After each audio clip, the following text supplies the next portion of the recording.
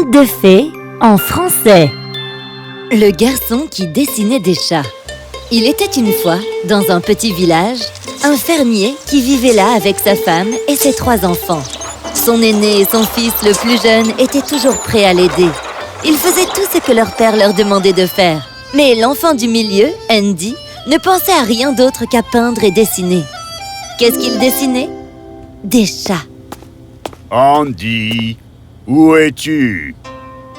Oh, coucou papa. J'étais juste en train de dessiner un magnifique chat. Tu l'aimes bien? Mais oui, bien sûr, je l'aime bien, comme tous les autres chats que tu as dessinés. Écoute, mon fils, tu dois absolument arrêter de ne dessiner que des chats. Mais papa, je ne les dessine pas que pour m'amuser. J'ai essayé de dessiner d'autres animaux et des objets.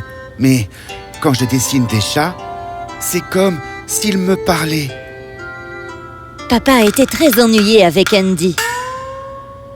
Andy, je veux que tu m'aides au chant. Et tu ne le fais jamais. La prochaine fois que je te vois dessiner des chats, je t'envoie directement voir le sage au bout du village.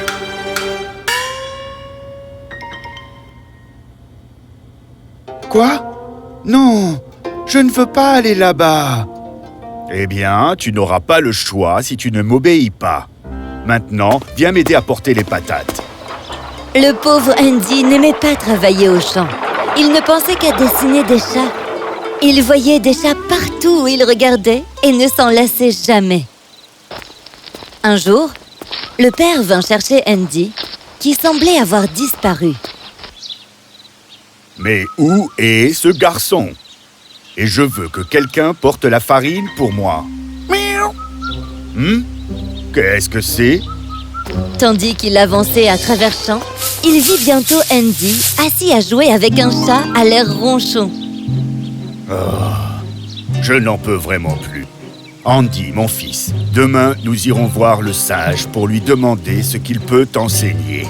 Parce que dessiner des chats ne fera pas ton bonheur pour toujours.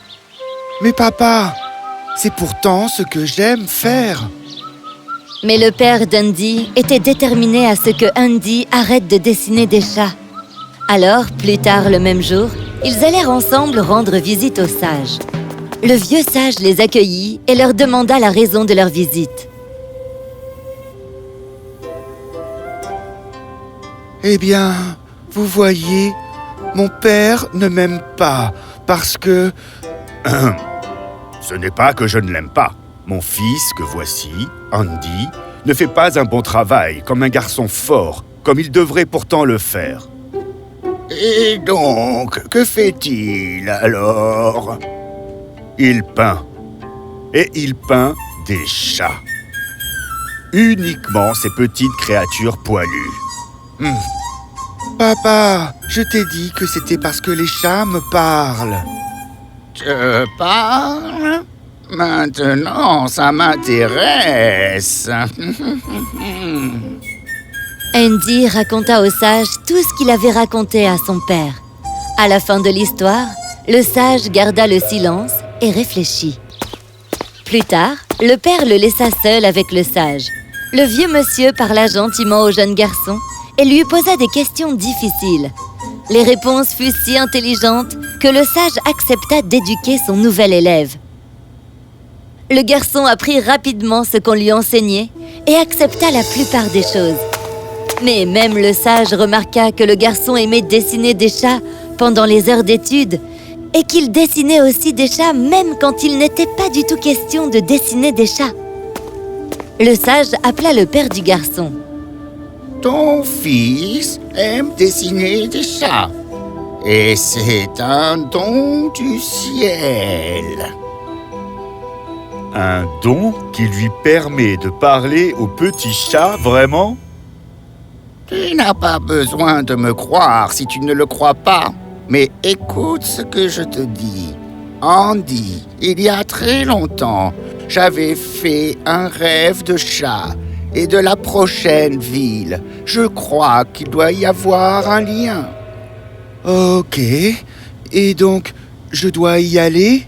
Oui, Mais souviens-toi de ce dernier conseil que je te donne. Évite de dessiner trop de chats effrayants au même endroit. Andy fut très confus. Il ne comprit pas ce que le sage voulait lui dire au travers de ce conseil. Mais il remercia le sage et s'en alla. Son père, cependant, n'était pas très emballé, mais le laissa faire comme il voulait.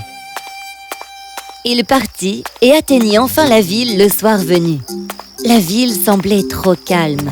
Bizarre. Il n'y a personne qui traîne.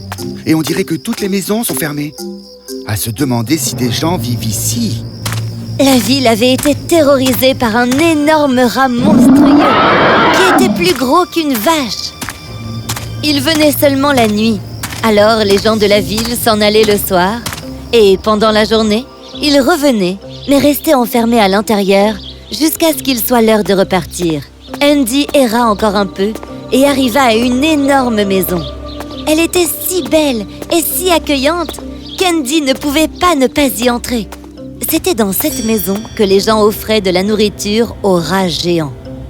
Quand Andy entra, il trouva la nourriture et comme il avait très faim, il mangea tout ce qu'il y avait. C'est seulement après avoir fini qu'il réalisa que tous les murs étaient entièrement blancs.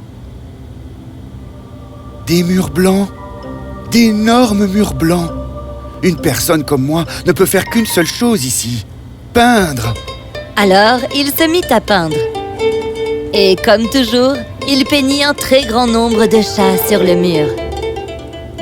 Eh bien, ils sont tous vraiment bien. Oh, mais peindre tout ça m'a vraiment fatigué. Je vais aller dormir un petit moment.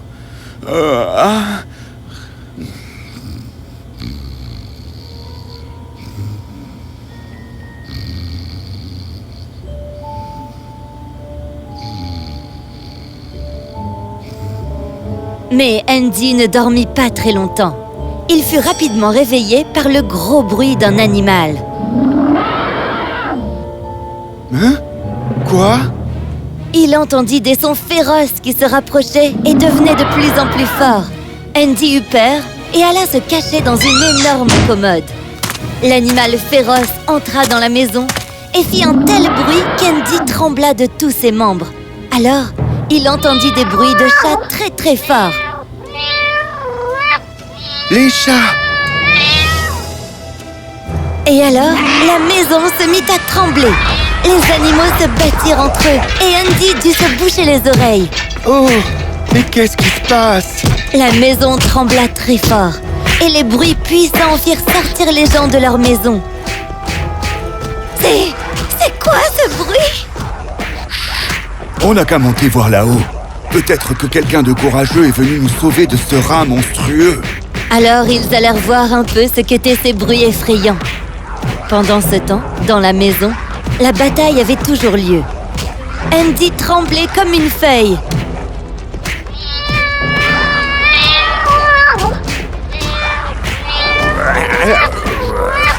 Oh, mais qu'est-ce que c'est? Non! Le combat fut enfin terminé. Et quand Andy n'entendit plus que le silence, il sortit de sa cachette pour voir le roi géant battu et étendu sur le sol, inconscient. Waouh! Qu'est-ce qu'il s'est passé? Ses yeux tombèrent sur ses peintures et là, il vit un peu de sang sur les chats. Serait-ce possible? Oh! Le rat! Tu as achevé ce monstre de rat! Il nous terrorisait depuis si longtemps.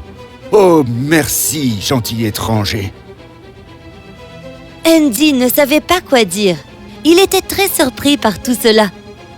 Il comprit alors ce que le sage lui avait dit. Évite de dessiner trop de chats effrayants au même endroit. De rien. Et très vite, la fable d'Andy qui avait achevé le rat monstrueux atteignit les 4 coins du monde. Quant au père d'Andy, eh bien, les nouvelles racontant le courage d'Andy arrivèrent bientôt jusqu'à lui aussi. Je savais qu'Andy avait ses pouvoirs pour une bonne raison. N'es-tu pas fier?